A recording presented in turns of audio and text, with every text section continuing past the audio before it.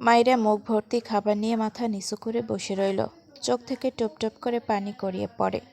এই জীবনটা আল্লাহ রেখে দেওয়ায় মাইরার এত কষ্ট হলো। সে কেন মরে যায় না? কবে মরবে? তার হায়াত এখনও কেন শেষ হলো না? তার সৎ বাবা সেখান থেকে প্রস্থান করলে মাইরা এক দৌড়ে বাইরে বেরিয়ে মুখ ভর্তি খাবার ফেলে দিল। মুখের ভেতর ডান হাত দিয়ে বমি করার চেষ্টা চালায়। পিছন থেকে তার মা তাকে টেনে ধরে। মাইরা কাঁদতে কাঁদতে তার মায়ের বুকে ঢলে পড়ে। সে মরে যেতে চায়, সে আর বাঁচতে চায় না। কথাগুলো ভেবে মাইরা ফুঁপিয়ে ওঠে। তার টাকা থাকলে সে এই লোকটাকে খাবারের মধ্যে ডুবাতো, তাকে খাওয়ার কোটা দিল। সন্ধ্যা নামবে নামবে ভাব। মাইরা চোখ মুখ মুছে গাছতলা থেকে উঠে বাড়ির পথ ধরে।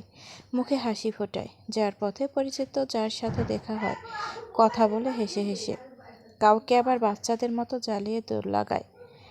ইরফান ভার্সিটি প্লাস অফিসের ফাঁকে ফাঁকে সুযোগ পেলেই গ্রামে আসতো, তবে থাকতো না। রাত হলেও আবার ফিরে যেত। বেশিরভাগ সময় শুধুদের বাড়িতে যেতই না, মাইরাকে দেখেই চলে যেত। এমন হয়েছে, তার বাইক ছিল না। তখন এই হুটহাট আসা যাওয়ার চক্করে বাইক কিনেছিল, গাড়ির চেয়ে বাইকে কমফোর্ট লাগে বলে। দেখতে দেখতে ইরফানের মাস্টার্সের ফার্স্ট ইয়ার শেষ হয়ে যায়। সেকেন্ড ইয়ারে কয়েক মাস পেরিয়ে যায়। একদিন ভার্সিটি শেষে অফিসের কিছু কাজ শেষ করে বাইক নিয়ে সোজা গ্রামে চলে আসে ইরফান। শুদ্ধদের বাড়ি যায়নি, সে মূলত মাইরাদের বাড়ি চেনে না। এতদিন সে দিনেই আসতো সবসময়, মাইরাকে সকালে আর বিকেলে বাইরে দেখত। কিন্তু আজ রাত হওয়ায় সে বুঝতে পারে না মেয়েটাকে কোথায় পাবে। সেই প্রথম যেই পুকুর পাড়ে মাইরাকে দেখেছিল সেখানে এসে দাঁড়ায়। অস্থির মন নিয়ে হাঁটাহাঁটি করে, বিরক্ত হয়। আজ ভার্সিটিতে মাস্টার্সের এক্সাম থাকায় দিনের বেলা আসতে পারেনি। রেগে ডান হাতে মুষ্টিবদ্ধ করে গাছে একটা পাঁচ মারে। মেয়েটাকে না দেখতে পেয়ে সে চরম বিরক্ত। বেশ কিছুক্ষণ পর হতাশ হয়ে সেখানে দাঁড়িয়ে শীষ বাজায়। ধীরে ধীরে কাঁচা রাস্তায় হাঁটতে থাকে।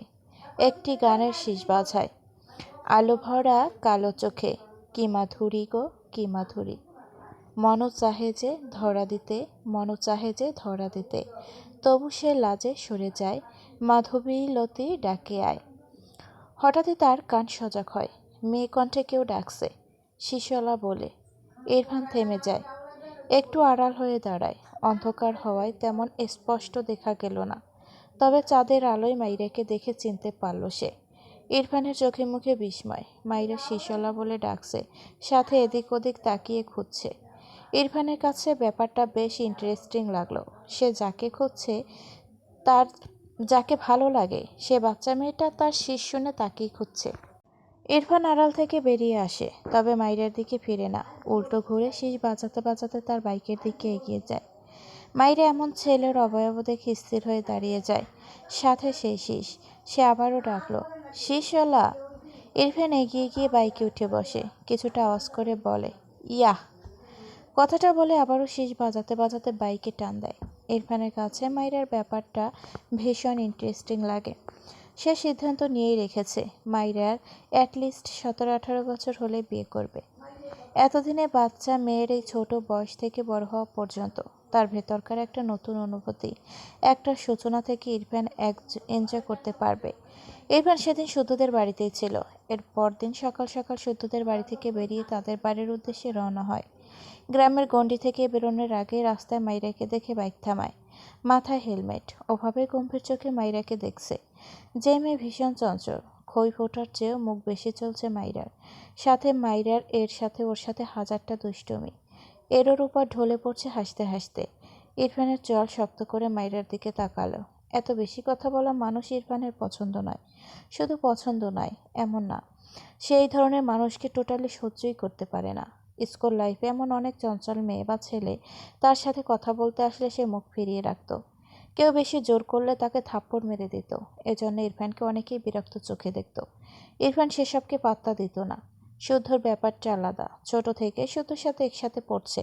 শুদ্ধ একা একা কথা বলে, ইরফান কখনো চুপ থাকে, নয়তো রেগে জায়গা প্রস্থান করে। তবে শুধুমাত্র শুদ্ধকে তার সয়ে গিয়েছে অনেকটা বড় হওয়ার পর। ক্লাস 6 থেকে এইচএসসি পর্যন্ত শুদ্ধ ভালোই মার খেয়েছে ইরফানের হাতে, বেশি কথা বলার জন্য। ইরফানের বিচারও বসত, তার বাবা বকত শুদ্ধকে মারার জন্য।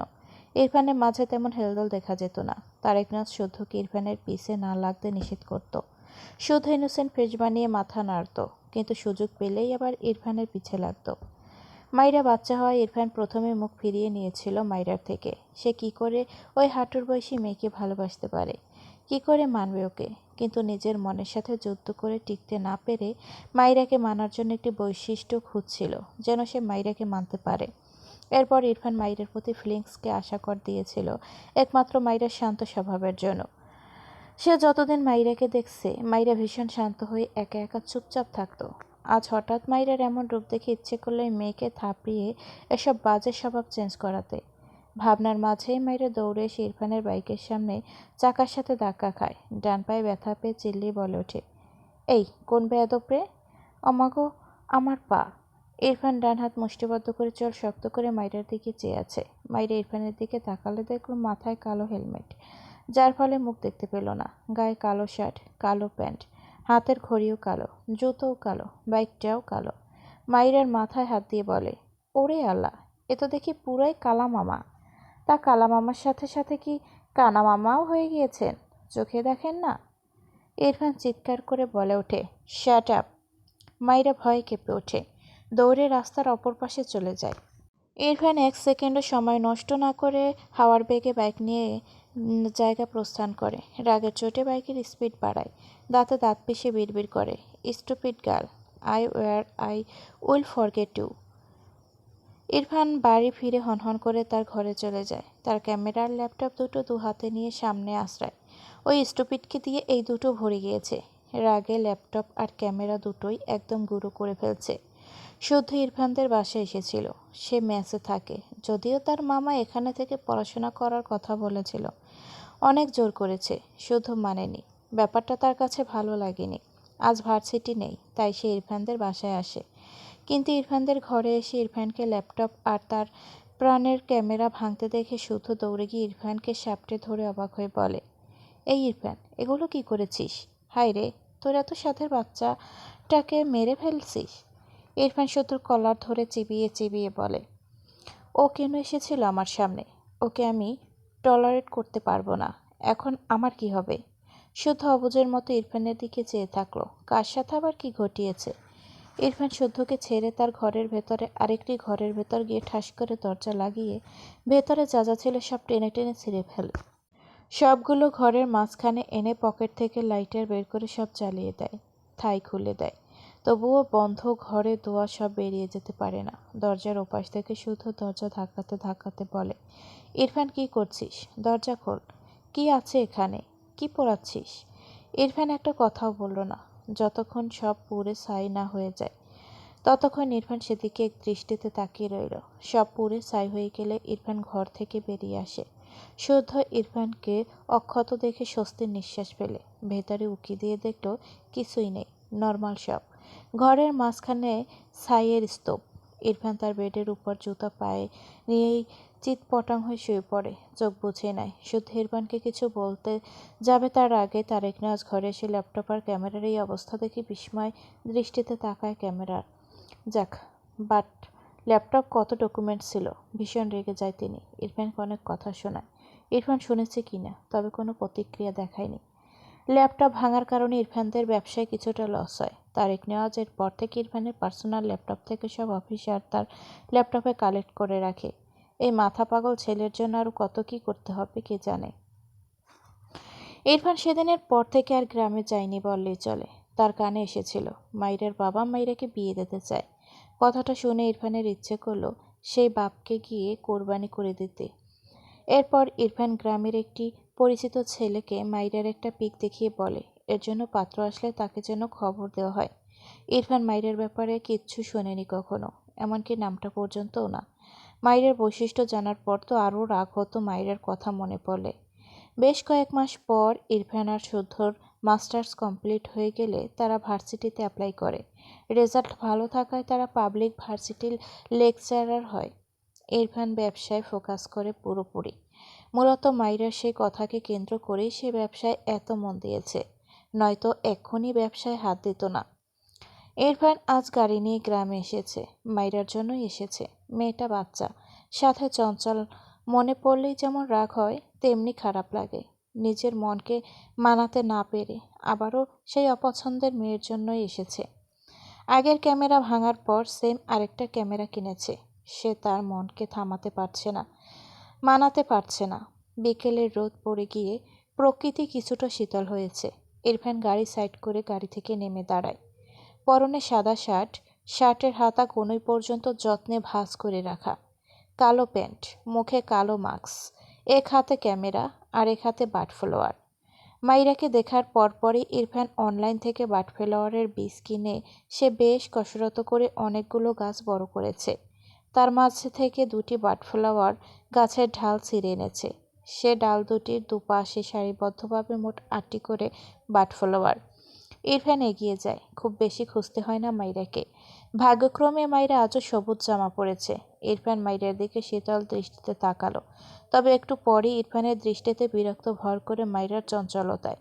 মাইরা বেশ কয়েকজন বাচ্চাদের মাঝে খেলাধুলা করছে, পায়ে ধুলো মাখা। ইরফানের ইচ্ছে করলো আগে একে ঠাটিয়ে ইচ্ছে মতো থাপড়ে মানুষ বানাতে। মাইরার বয়স তখন ১৪ বছরের একটু বেশি। মাইরার দেহের গড়ন খুব বেশি চিকন নয়, আবার খুব বেশি মোটা নয়।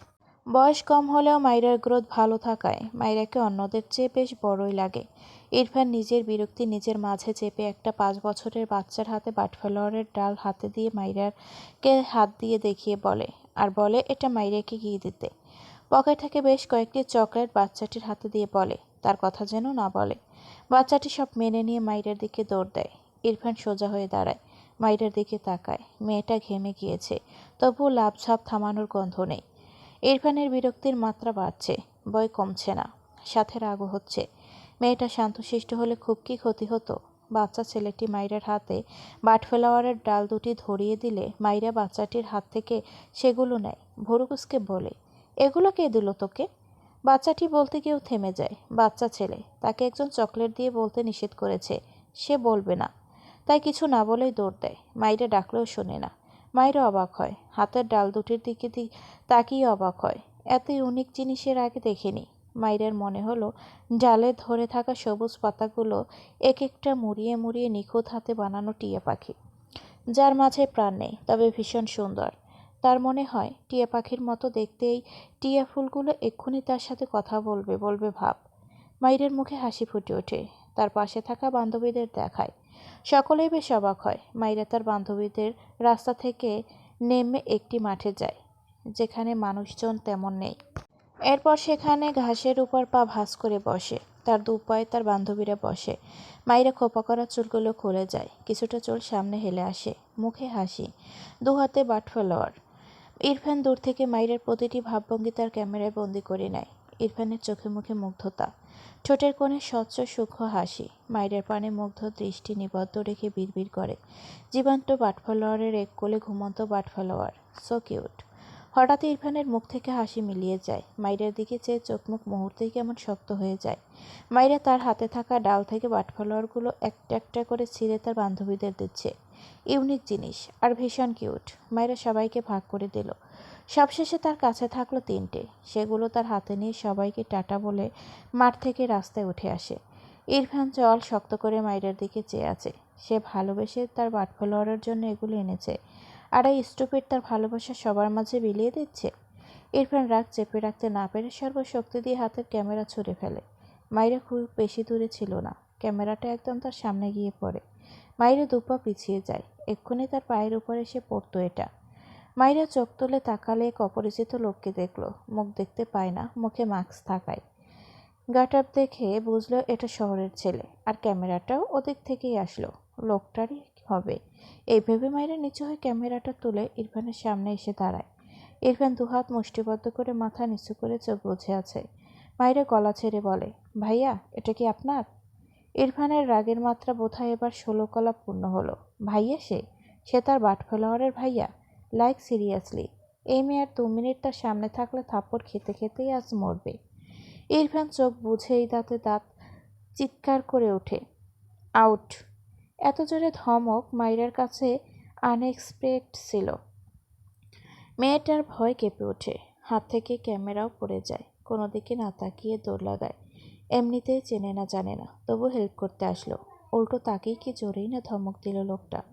যাওয়ার আগে মাইরা পিছু ফিরে শব্দ করে বলে ওঠে, আদব নাই, শালা বেয়াদব। ইরফান কথাটা শুনতেই জ্বলন্ত চোখে তাকায় মাইরার দিকে। মাইরা যান হাতে নিয়ে দৌড়ে প্রায় অদৃশ্য হওয়ার পথে। ইরফান দাঁতে দাঁত পিষে বলে, I will kill you, stupid girl.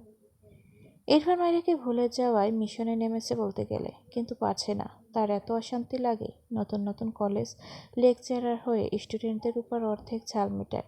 মেজাজ সবসময় গরম থাকে।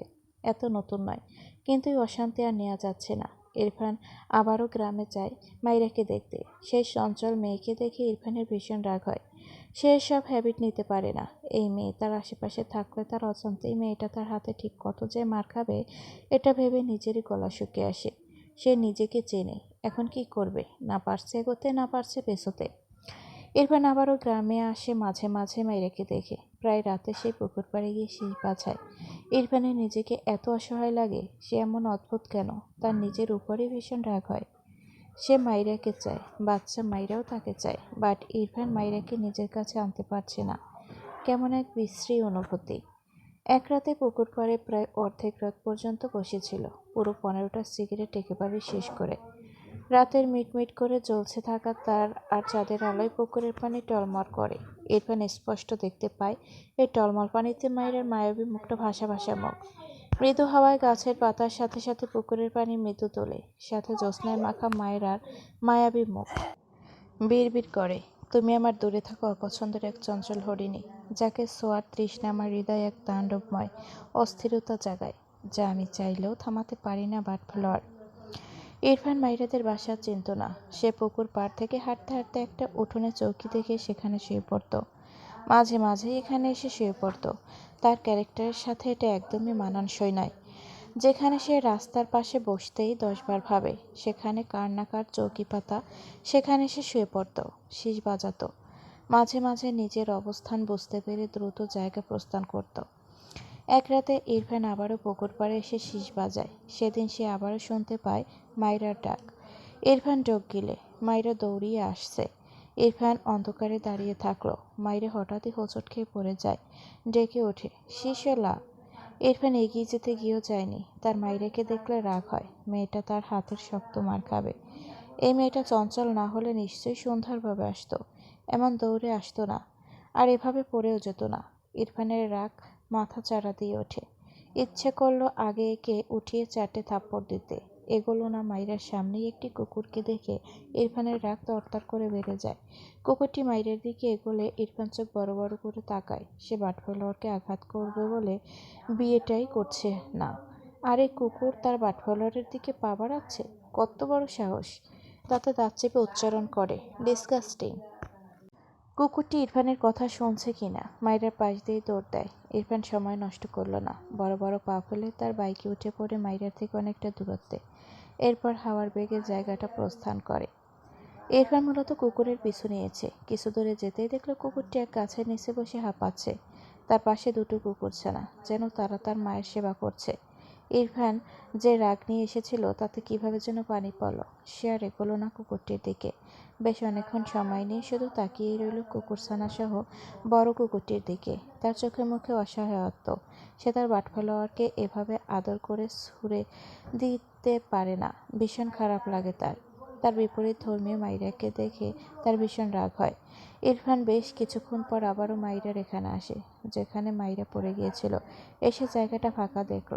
ইরফান আশেপাশে তাকিয়ে খুঁজল মাইরাকে, কোথাও দেখল না। পেয়ে একটা নিঃশ্বাস ফেলে এগিয়ে গিয়ে তার বাইকের উপর উল্টো দিকে হয়ে দুপা দুদিকে নিয়ে বসে। পকেট থেকে সিগারেটের প্যাকেট আর লাইটার বের করে। পুরো 5টি সিগারেট পোড়ায়। এরপর বাইকের উপর কোনো রকমে শুয়ে দুহাত মাথায় নিচে রাখে। বাম পা ভাঁজ করে রাখে, ডান পা বাঁ পায়ের উপর রাখে। এরপর চোখ বুজে মলিন সুরে গেয়ে ওঠে, তোমাকে ছোঁয়ার নেই তো আমার সাধ্য, দেখতে পাওয়া সেই তো বড় ভাগ্য। মনটা অবাধ্য হচ্ছে প্রয়াস, কষ্টের বোঝা বেড়েই যাচ্ছে ক্রমশ। ঘুম চলে যায় তোমার চোখে বেড়াতে। থেমে যায় ইরফান। দৃষ্টি জোড়ায় অসহায়ত্ব। চোখের মণি দুটো অন্ধকার আকাশপানে। বাটফলোয়ারকে ছোঁয়ার সাধ্য তার নেই। ছুঁতে গেলেই যে আঘাত পাবে। কি করে এগোবে ইরফান? আকাশপানে চেয়ে বিড়বিড় করে, সরি বাটফলোয়ার। তারেক নেওয়াজ ইরফানকে রাজি করাতে পারছে না মাইরাকে বিয়ের ব্যাপারে। অনেকদিন থেকে বলছে, কিন্তু ইরফান শোনে না। ওদিকে মাইরার সৎ বাবা মাইরার জন্য 2 দিন পর পর পাত্র আনে। তারেক নেওয়াজ চিন্তিত, তিনি কি করবেন এবার। মনে মনে পরিকল্পনা করলেন কিছু। তারেক নেওয়াজ, রুমা নেওয়াজ ইরফানকে নিয়ে ত্রিনা বেগমের বাড়ি যায়। তারেক নেওয়াজ এবার আটঘাট বেঁধেই এসেছে। সে এবার মাইরার সাথে ইরফানের বিয়ে দিয়েই ছাড়বে। ভাবনা অনুযায়ী তিনি ইরফানকে বলে বিয়ের কথা। ইরফান তো মানবে না। সে এবার রুমা নেওয়াজকে অসুস্থ হওয়ার অ্যাক্টিং করতে বলে। ইরফানের উপর থেকে যেমনই হোক, ভেতর থেকে নরম, বিশেষ করে কাছের মানুষের জন্য। মা অসুস্থ হয়েছে শুনলে ইরফান অবশ্যই বিয়ে করবে। ইরফান বিয়ে করবে না বলে গ্রাম থেকে রওনা হয়েছে। তখনই তারেক নেওয়াজ জানায় তার মা মারাত্মক অসুস্থ। ইরফান গাড়ি ঘোরায়। শুদ্ধদের বাড়িতে এসে দেখে তার মা সত্যিই অসুস্থ। মাকে অসুস্থ দেখে ইরফান আর একটা কথাও বলেনি। তার মায়ের কথা বারবার মনে পড়ছে। মাথা নিচু করে চুপচাপ বসে রইল জড়বস্তুর মতো। এ পর্যায়ে মাইরার জন্য আসা প্রতিটি পাত্র অবস্থা খুব ভালো রাখেনি ইরফান। কেউ মাইরাদের বাড়িতে পাই রাখতে পারেনি মাইরাকে দেখার জন্য। যারা বেশি ঘাটতারামি করত ওদের অবস্থা ইরফান সারা জীবন হসপিটালে পাঠানোর ব্যবস্থা করেছে। তারেক নেওয়াজ ইরফানের মাথায় হাত বুলিয়ে মৃদুস্বরে বলে, বিয়ে করলে তোমার জীবন সুন্দর হবে। ইরফান তার মাথা থেকে বাবার হাত ছাড়া মেরে দাঁতে দাঁত চেপে বলে, don't touch me. Tarek Nawaz কিছুই বললে না। ছেলে বিয়েতে রাজি হয়েছে, এই অনেক। ইরফান হঠাৎই বসা থেকে দাঁড়িয়ে তার বাবার দিকে চেয়ে আছে। বিয়ে করলে লাইফ সুন্দর হয়। তারেক নেওয়াজ বোঝানোর স্বরে বলে, হ্যাঁ অবশ্যই। ইরফান ভুরু কুঁচকে বলে, তুমি চাও তোমার লাইফ সুন্দর হোক? তারেক নেওয়াজ না বোঝাই বলে, হ্যাঁ অবশ্যই চাই। ইরফান গম্ভীর গলায় বলে, ওকে। কথাটা বলে ইরফান তার মায়ের সামনে দাঁড়িয়ে বলে, আরেকটা মেয়ে দেখো আম্মু, বাবা বিয়ে করতে চাইছে। ইরফানের কথা শুনে রুমা নেওয়াজ সহ তারেক নেওয়াজ হতভম্ব হয়ে যান। রুমা নেওয়াজ দ্রুত শোয়া থেকে উঠে বসেন। ইরফান তীক্ষ্ণ চোখে এতক্ষণ অসুস্থ হওয়ার ভান করে সুস্থ মাকে দেখল। অতঃপর হঠাৎই চিৎকার করে বলে, এসব ফালতু কাজ করে আমাকে বিয়ে দিতে চাইছো? ফান করছো আমার সাথে? ইরফানের এভাবে কথা বলায় রুমা নেওয়াজের এবার সত্যিই প্রেশার হাই হয়ে যায়। অবস্থা ভালোই খারাপ হয়। ইরফানও বুঝেছে তার মায়ের অবস্থা খারাপ হয়েছে। তার মা অসুস্থ শরীরে ইরফানের কাছে আবদার করে, সেজন্য বিয়েতে রাজি হয়। ইরফান অসহ্য করে অনুভূতি নিয়ে বিয়েতে রাজি হতে বাধ্য হয়। ইরফান শক্ত হয়ে সোফায় বসে আছে। রাগে মাথাসহ পুরো বডিতে যেন আগুন জ্বলছে। তার সামনে সোফার টেবিলের উপর তার বাবা মায়ের ফোন একসাথে রাখা। ইরফান রাগে ফোন দুটো সর্বশক্তি দিয়ে আছড়ে ফেলল। ফোন দুটো পুরো গুরু গুরু হয়ে যায়। তারেক নেওয়াজ ছেলের রাগ দেখে অবাক হয় না। ইচ্ছের বিরুদ্ধে বিয়ে করছে, একটু একটু রাখবেই। দুটো ফোনের বিনিময়ে বিয়েতে রাজি হলেও কোনো প্রবলেম নেই। ইরফানকে কিছু বলতে গিয়েও তারেক নেওয়াজ জিভ গুটিয়ে নেয়। একটু আগের বলা ছেলের উদ্ভট কথা শুনে আর কাছে গেলেন না। কি সাংঘাতিক ছেলে তার, নিজের বাবাকে বিয়ে দিতে চায়। ইরফান বেশ কিছুক্ষণ সময় নিয়ে নিজেকে শান্ত করে। এরপর শুদ্ধর ঘরে গিয়ে শুদ্ধর বেডে শুয়ে পড়ে। শুদ্ধ তার বেডের এক পাশে শুয়ে ফোন স্ক্রল করছিল। ইরফানের কথা শুনে ঘাড় ফিরিয়ে তাকায় ইরফানের দিকে। মেয়েটি কি বিয়েতে রাজি?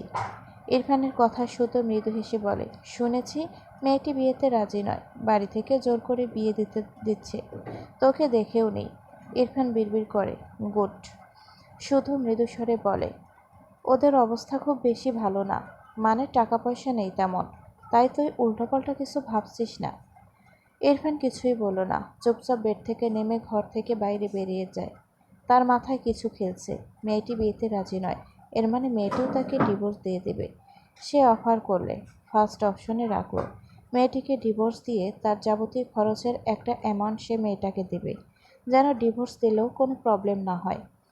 আর সেকেন্ড অপশন, মেয়েটির স্বামী চাইলে সে তার এক ফ্রেন্ডের সাথে মেয়েটিকে বিয়ে দিয়ে দেবে। যে ফ্রেন্ডের কথা ভাবলো সে গুড লুকিং, সব দিক থেকেই ভালো। মেয়েটির অবশ্যই কোনো প্রবলেম হবে না। মেয়েটি যেহেতু তাকে দেখেনি, তাকে নিয়ে ভাবেইনি, সো এটা একটা গুড পয়েন্ট। আর মেয়েটির বাড়িতে তেমন কেউ ছিল না, বাবা মা ছাড়া। তাই জামাই বদল হলেও প্রবলেম নেই। সবচেয়ে বড় কথা, জামাই বদল হলে তার ফ্যামিলি আর মেয়েটির ফ্যামিলির দুজনেরই শিক্ষা হবে। এরা এত চিপ মেন্টালিটির কেন ইরফান বুঝে পায় না। বিয়ের মতো একটা ব্যাপার এভাবে জোর করে দিচ্ছে, স্ট্রেঞ্জ। ইরফান বাইরে গিয়ে সে এক উকিলের সাথে যোগাযোগ করে। সে আজকে বিয়ে করছে, যত দ্রুত সম্ভব যেন ডিভোর্সের ব্যবস্থা করা হয়। কথাবার্তা ঠিক করে। এরপর তার সেই পরিচিত ফ্রেন্ডের সাথেও এই ব্যাপারে আলাপ করলে সে সম্মতি দেয়। সে মৃত মেয়ে খুঁজছে। ইরফানের উপর তার পুরো ভরসা আছে, তাই দ্বিমত করার প্রশ্ন নেই। বন্ধুর জন্য এটুকু করাই যায়। তার ফ্যামিলির প্রবলেম নেই তেমন, এ কারণে সে যেভাবেই বিয়ে করুক না কোনো প্রবলেম নেই।